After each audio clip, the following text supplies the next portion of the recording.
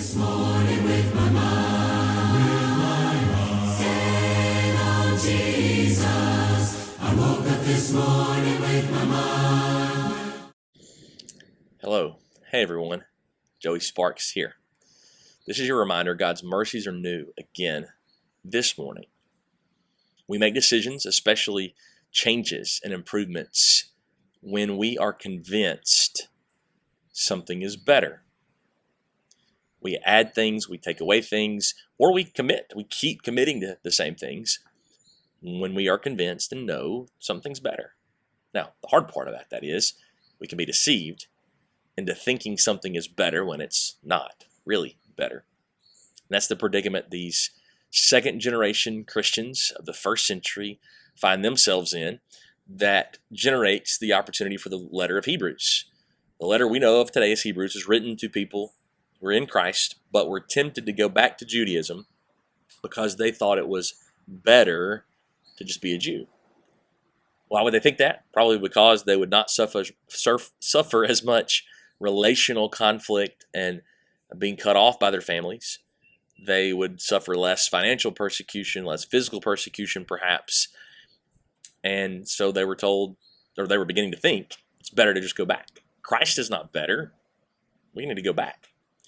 So the book of Hebrews is written to argue for the superiority of Christ.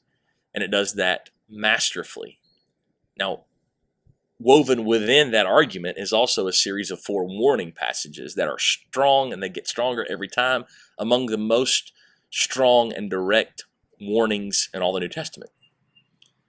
That argument of Jesus is better is what really runs throughout the whole book.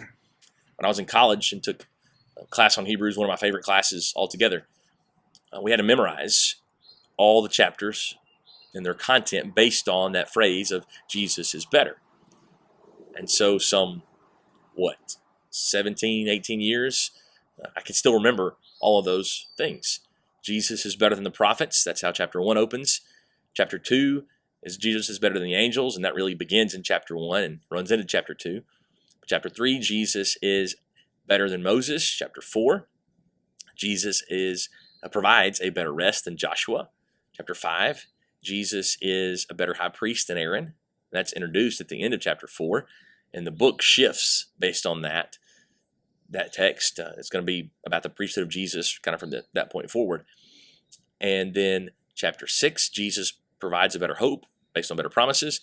Chapter 7, Jesus is a priest after Melchizedek. That's explanation to how he is a better high priest than Aaron. Chapter 8, Jesus provides a better covenant, or a mediator of a better covenant. Chapter 9, Jesus mediates from a better sanctuary. He's right next to God. He's in the throne room. Chapter 10, Jesus is the better sacrifice. And then, of course, we understand chapter 11 is what we call the Hall of Fame of Faith.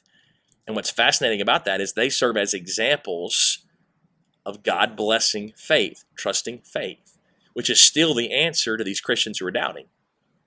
But how many of those characters in chapter 11, some of which were patriarchal system, patriarchal era, pre-law of Moses, but some of which were in the law of Moses as well, and they all provide an example of how to live in faith. And chapter 12 opens by showing us that Jesus is not only a better representative of how to live by faith, but more than that, he is the actual source of our faith. He's not just an example.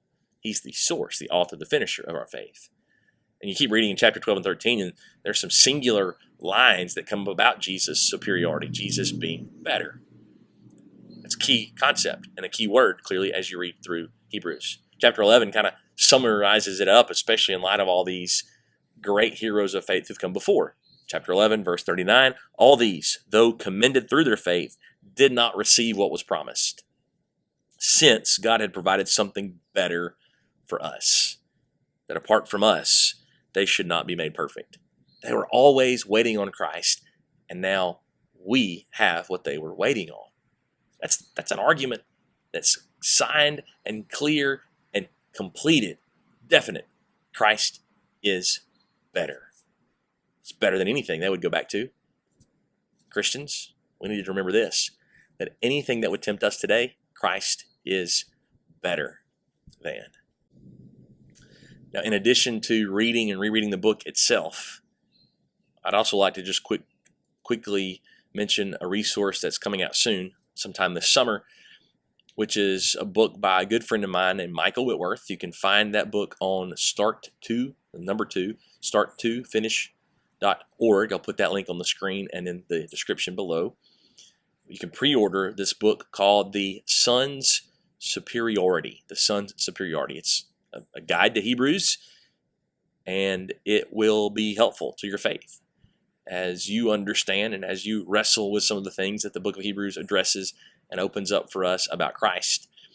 So just want to throw that in there, and may mention it again in the coming weeks as we keep reading and rereading through Hebrews together. But don't miss the word better, don't miss the concept of better as you read through Hebrews. Christ, the Son, is better. We thank you for your time this morning. It's our prayer that God's timeless word will be your meditation all day today. I woke up this morning